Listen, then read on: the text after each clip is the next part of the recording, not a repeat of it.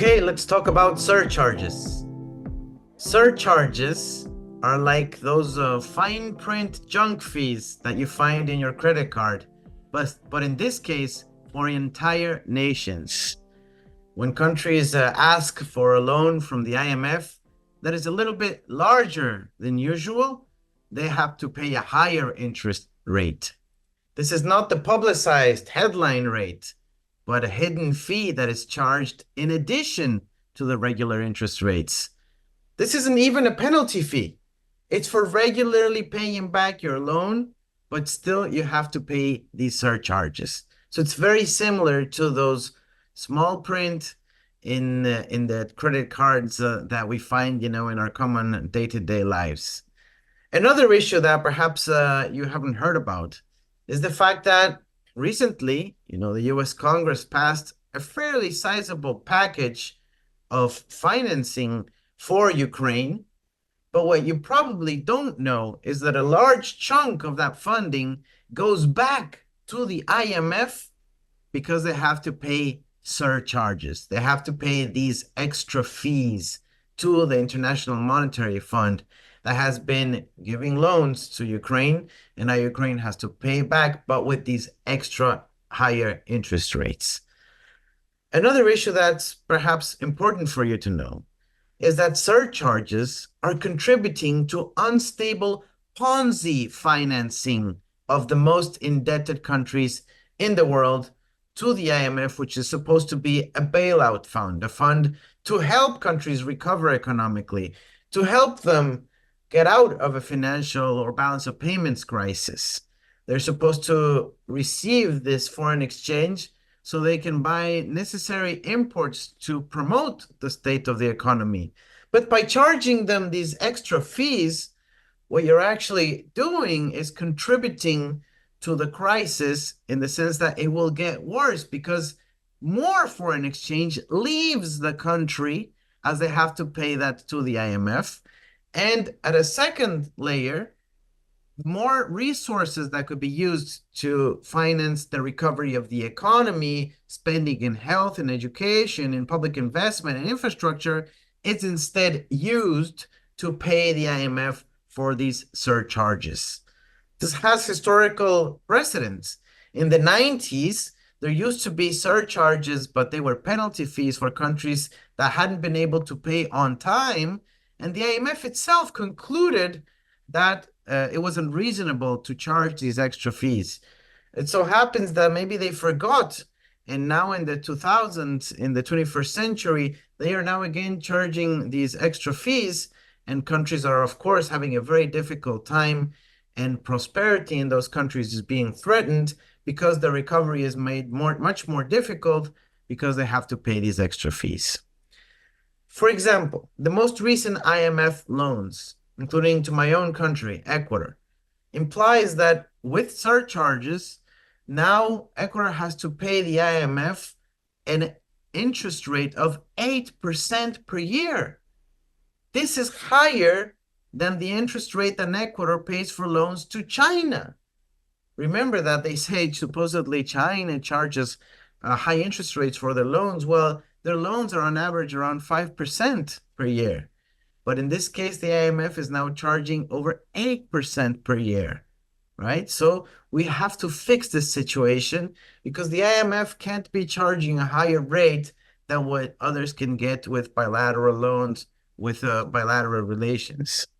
Now, the IMF has many excuses for charging these high interest rates with these hidden fees known as surcharges. But in reality, it's about profits. It's about having a surplus with the IMF accounts at the end of every year.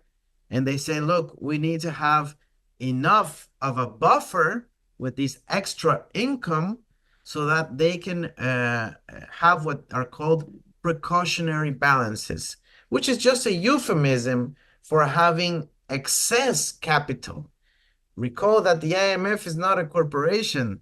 It cannot go broke. In fact, it depends on quotas that each of the countries in the world pays into the IMF. So there is no lack of funding. There's no lack of money in the case of the IMF.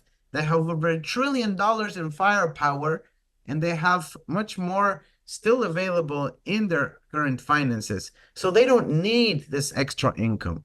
However, they justify this because, of course, they want to show that they have supposedly good results at the end of every year. But it does not make sense that the extra income or the profits or the surplus of the IMF depends on the most vulnerable, the most indebted countries that are in a weak financial situation and that are supposed to actually get support from the rest of the international community.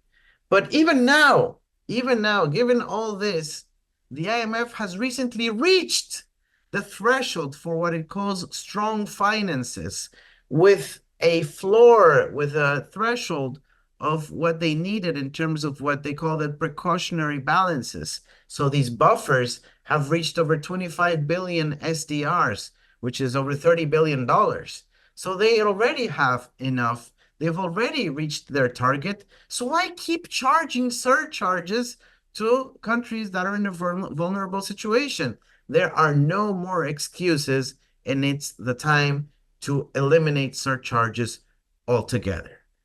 The IMF, unfortunately, is not taking a direct move to get rid of these surcharges. They now want to shift the goalpost, move the goalpost again. And they're saying, oh, no, fine, sure, we've reached the precautionary balances target, but now let's use surcharges for other purposes. No, that's not fair. That is not legal certainty for the international community. They're moving the goalposts, and now they're saying, oh, now we could use perhaps this extra income for some other thing. No, that is not correct.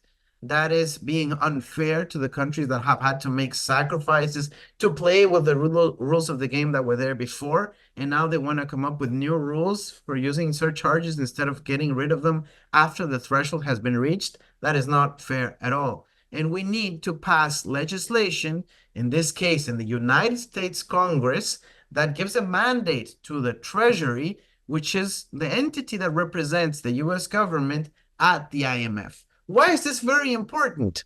Because the United States has veto power within the IMF. It is the most powerful country in the IMF. And if the United States has a mandate to get rid of surcharges, it can join forces with the poorest countries in the globe, from Africa, from Latin America, from South Asia, that are paying these hefty fees, and can get rid of them once and for all. This is the key to the issue of surcharges, and I hope we can count on all of you to get this legislation passed and support a huge relief in terms of debt servicing to one of the multilateral institutions, which in this case is the IMF, and show the way of how other debt relief initiatives can actually happen in other arenas. Thank you.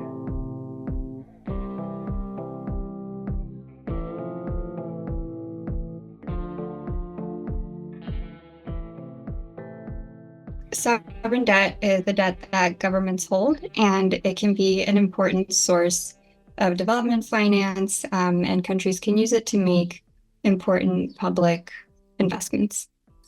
Countries can borrow both domestically and internationally in foreign currencies from other countries or from institutions like the International Monetary Fund and multilateral development banks, as well as from international private investors. In the decade following the 2009 global recession, developing countries significantly increased their borrowing, mostly because of favorable monetary conditions like low interest rates in wealthy countries, as well as demand from private investors. Global economic shocks like the COVID-19 pandemic and the US Fed's increase of interest rates in 2022 have caused capital flight, exchange rate volatility, and have increased the unsustainable debt burdens in developing countries. Now, nearly 80 countries are in or at risk of debt distress, and the high payments that they make to creditors as a result of the high interest rates and their debt burdens really take a large portion out of their budgets, which means that they can't allocate their scarce resources towards public services like infrastructure, healthcare, and education, and they can't make the necessary investments into preparation and adaptation for climate change, for climate mitigation, as well as other sustainable development goals. External public debt is denominated in US dollars and other foreign currencies. It can be particularly difficult for developing countries when it reaches significant levels because it cuts into their international exchange reserves, which means that when they're making very high debt payments in foreign currencies, they have less exchange reserves to be able to pay for important imports like food and medicine. And it can also threaten balance of payments crises. External public debt is also a problem because countries aren't able to restructure it domestically, which leaves them with few options for resolution when they do approach crisis or are in crisis. Debt has become a cyclical burden for developing countries, especially in the context of the climate crisis. So nearly 80 developing countries are in or at risk of debt distress, and the majority of them, over 60, are highly climate vulnerable. Climate disasters are becoming increasingly frequent and expensive. Developing countries don't have the capacity to properly respond to climate disasters as they occur, for example, to hurricanes or droughts and crop failures, including long-term effects. And so they're often forced to take on higher debt burdens in order to finance the response to climate change. And in addition, the climate finance that's provided by wealthy countries is actually mostly in the form of loans, which means that it increases the debt burden in developing countries. Developing countries that are climate vulnerable and highly indebted also face poor borrowing terms on their debt, including higher interest rates due to their vulnerability. All of this significantly decreases their fiscal space and their ability to spend domestically on important items such as infrastructure, education, and healthcare, as well as long-term goals like climate preparedness and sustainable development. This in turn makes them more vulnerable to future disasters. This also makes them vulnerable to economic shocks like the COVID-19 pandemic and monetary tightening in wealthy countries. In this way, high debt burdens make countries more vulnerable to future climate disasters.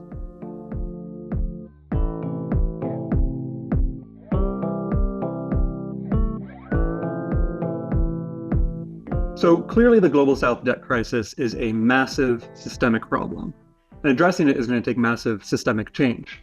But we are here to talk today about one issue that's actively making matters worse that we have an opportunity to address today. And those are called IMF surcharges. So what are surcharges? As you probably know, the IMF is considered the global lender of last resort. When developing countries are facing an acute crisis, they can turn to the IMF for loans to help them weather the storm.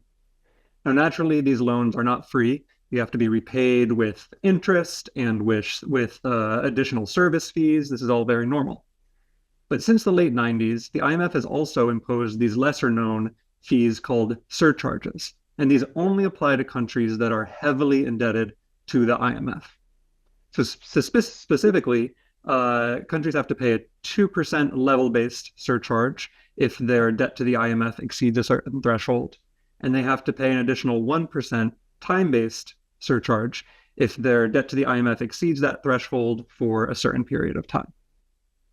So I want to be clear that these are not punishments for non-payment. You could be making all of your payments perfectly on time and still accumulate enough debt that you have to pay these punitive surcharges. I think it's pretty clear on the face of it why this is a problem. So you're taking the very countries that are already struggling under onerous debt burdens, that in fact need relief from their debts, and you are punishing them with additional debt. Or as Representative Chuy Garcia said about surcharges, to me, this looks like the business model of payday lenders here in Chicago, not an economic development agency.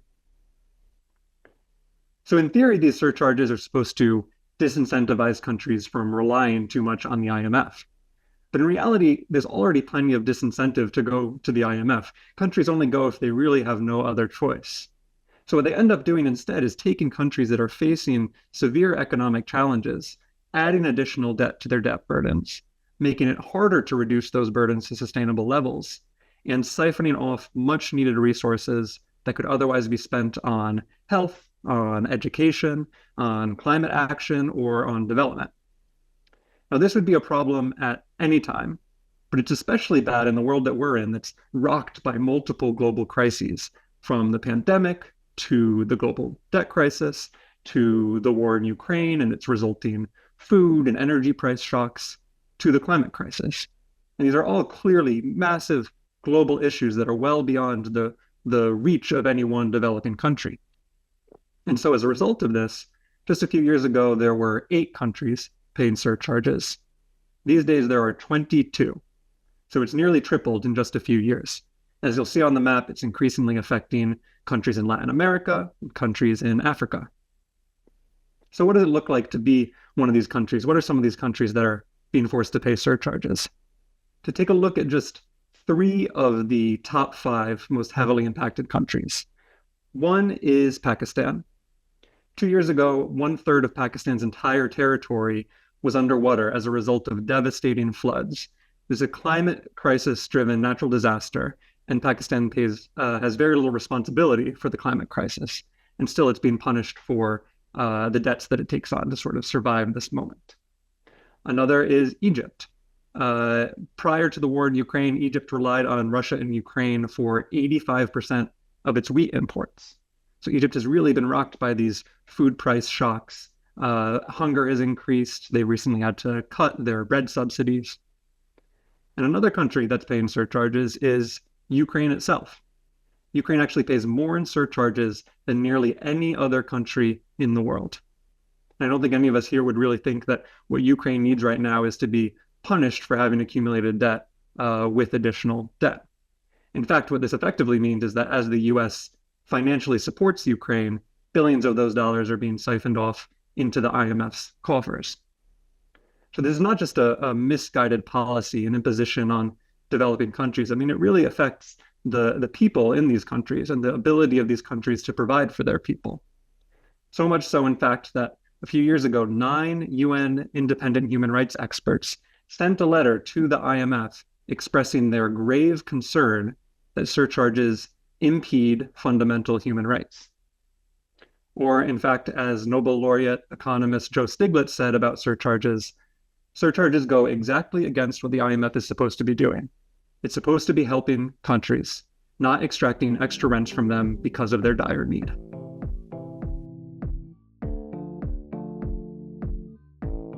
The IMF has imposed surcharges on debtor countries in different forms since its founding, with the justification that they would prevent larger and longer borrowing. But historically, the evidence actually points to the opposite. We now know that on 3 separate occasions over the last 50 years, the IMF has eliminated these surcharge policies because they failed to fulfill their purpose and they didn't work. Additionally, IMF staff have actually admitted that surcharges feature perverse incentives. So instead of encouraging lower borrowing and faster repayment, they actually add to countries' debt burdens and they make it more difficult for them to pay off their loans faster. And so when the current surcharges policy was instituted in 1997, which is in response to the Asian financial crisis at the time, some members of the IMF board of directors dissented, and they warned that surcharges would actually be counterproductive and that they would add to the balance of payments problems that countries were already facing. And we can now see that, this is exactly what's happening today and what's happened in the past. And this is kind of best demonstrated by the top 5 surcharge paying countries, which repeatedly refinance their IMF loans, which are nearing maturity, with new IMF programs, thereby extending their repayment and continuing to pay surcharges into the future. And in this way, surcharges feature an additional perverse incentive in that they act as a penalty, right? It's a policy that penalizes countries for the amounts that they've borrowed, which doesn't make sense because the IMF controls and approves large amounts of borrowing. And so essentially, countries are being penalized without having incurred any kind of penalty. The IMF also uses surcharges as another source of revenue to boost its capital base. But it actually doesn't need surcharges as extra income because it has already reached its target for precautionary balances in 2024. And according to its own estimates, even if surcharges are completely eliminated, the IMF would stay above target for years to come. The IMF also has alternative sources of financing, including large reserves of gold, which it still values at 1960s prices. So if it were to value just a portion of its gold at market prices, it would significantly boost its capital base. Up until recently, the IMF failed to provide regular and comprehensive information on surcharges, which made it difficult to calculate how much countries have paid in the past, to how much they're currently paying, and what they will owe in the future. In 2023, the IMF did start publishing historical data on surcharges and partial future estimates. But these estimates are still opaque, and they're actually much lower than what countries will end up paying. This is because the IMF does not include surcharges payments on future loan disbursements of existing debt in these calculations, meaning that if a country is scheduled to receive a portion of their loan in a future year, the amount due in surcharges on that disbursement is not being included in the IMF's estimates. And so the estimate ends up being quite a bit lower than what the country will end up paying. At CEPR, we include future disbursements in our estimates, and so we provide a more accurate picture of what countries will end up paying in future years. All right, so surcharges are harmful. They have no rationale. What can we do about it, and why now? Now, for a long time, the IMF surcharge policy really went under the radar, and that was in large part because the IMF was pretty opaque about it. Didn't publish information on what countries were paying surcharges, how much they were paying. But as the pandemic began, as it was clear that this economic crisis was going to increasingly affect developing countries, more and more would be paying surcharges, there was some increased scrutiny. And in 2021, CEPR, in fact, published what we believe to be the first independent estimate of IMF surcharges. Now, since that moment, there's been a massive global call to either suspend surcharges for many years or to discontinue the policy entirely. Now, I've already spoken about Nobel laureate economists like Joe Stiglitz, UN human rights experts, but these calls have also come from the UN Secretary General, the UN Global Crisis Response Group, the G77, which represents nearly every developing country in the world, has clearly called to end the surcharge policy entirely. And then just hundreds of civil society organizations, including those in impacted countries like Ukraine, but also massive global organizations, humanitarian groups like Oxfam, climate groups like 350.org, the International Trade Union Confederation. All of these have criticized the policy and called to either suspend or eliminate them. Now, Congress has also had very important work. In early 2022, a number of members of Congress sent a letter calling to end the policy, which drew a lot of attention. And a few months later, Representatives Jim Himes and Chuy Garcia introduced the Stop Onerous Surcharges Act. The Stop Onerous Surcharges Act calls for a comprehensive review of the surcharge policy and the suspension of all surcharge payments while that review is taking place. Now, that actually passed the House as an amendment to the NDAA in 2022 and was recently reintroduced in the House, this time by Representatives Joyce Beatty and Chuy Garcia. So all of this pressure combined over the course of years has finally led the IMF to recognize that it's time to do something about this. And so in April of this year, the IMF announced that they will be conducting an internal review of the surcharge policy. Now, this is a great win. It's a huge window of opportunity, but there's also a risk that this is really just a box checking exercise. They know there's a lot of criticism and just want to review it. So it's really up to us to make sure that this is a substantive review that takes seriously the possibility and the need to discontinue the policy entirely. And that's where we come in. That's where members of Congress come in. The IMF's review takes into account stakeholder positions. And there is no stakeholder at the IMF with a greater voice, with more influence than the United States. So whatever is happening in the US, whatever members of Congress are saying, all of this is going to have a great impact on the outcome of this review of the surcharge policy, which is taking place sometime this summer, possibly going to end sometime this year. So that's why we need members of Congress to really do what they can to draw attention to this issue. In the House, that might mean joining on to the Stop Onerous Surcharges Act. In the Senate, it might mean supporting similar legislation or legislation explicitly calling to eliminate the policy.